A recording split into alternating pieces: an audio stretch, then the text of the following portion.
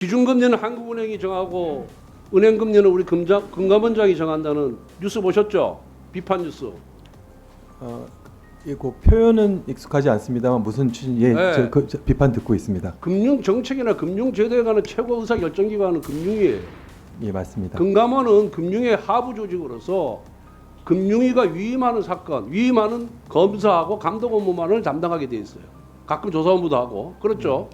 그렇습니다. 그런데 우리 금감원장이 너무 이 정책에 대해서 금융 정책에 대해서 너무 발언이 잦아요. 은행의 개입을 더 세게 해야 할 것. 이래가지고 대출 한도가 축소가 됐고, 그래서 또 문제가 되니까 10일 만에 주택 실소유자에게 피해가 가니까 다시 또 거기에서 반대되는 또 발언을 합니다. 대출 규제 완화 발언을 했어요. 이 PPT 보면 다 나와 있습니다. 그러다 보니까 시중은행 대출 정책이 왔다 갔다 하는 거예요 지금.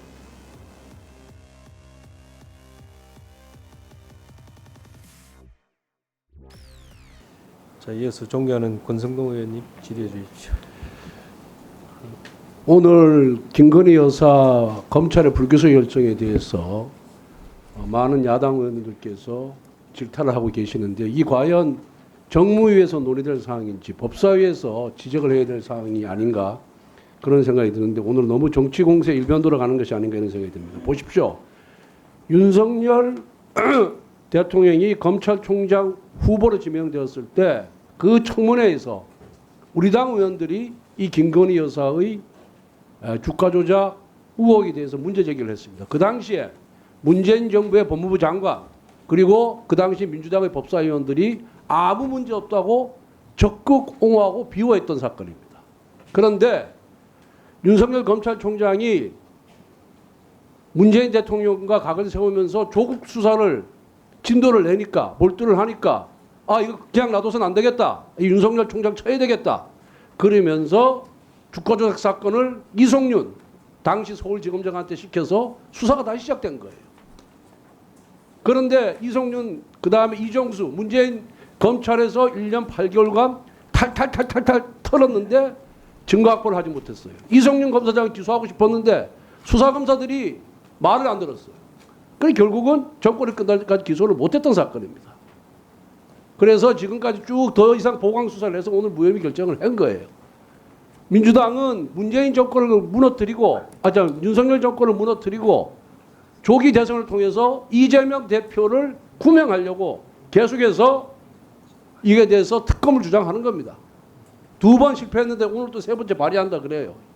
결국 이건 정치 공세에 불과하다, 이 말씀을 드리고, 금감원장은 사건 내용도 모르고 수사 기록도 못 봤는데 무슨 답을 할 수 있겠습니까?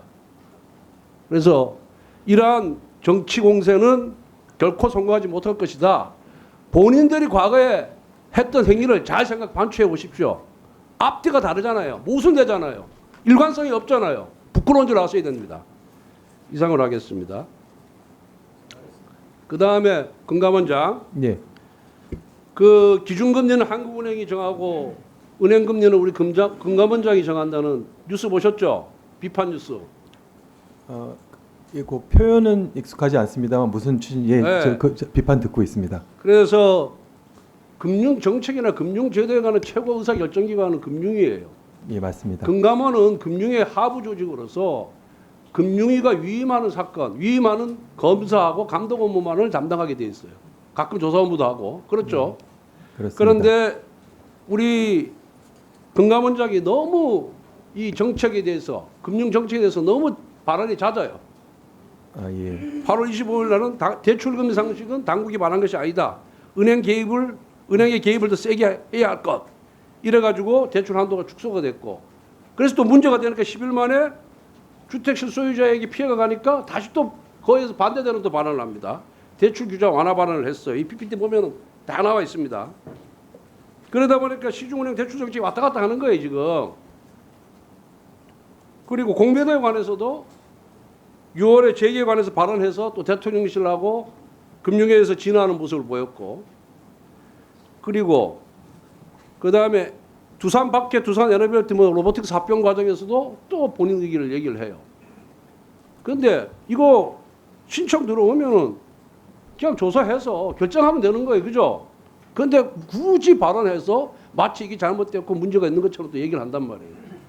조사도 하기 전에. 그리고 우리 금융위 보험회사 M&A 관련해서도 금감원과 보험사 인수를 소통하지 않았다 이렇게 돼 있어요. 신청이 들어오면은 금융위원회 신청이 들어오면 금융위에서 조사해라. 금감원에 넘기면 금감원 조사하면 되는 거예요. 사전 소통을 왜 합니까?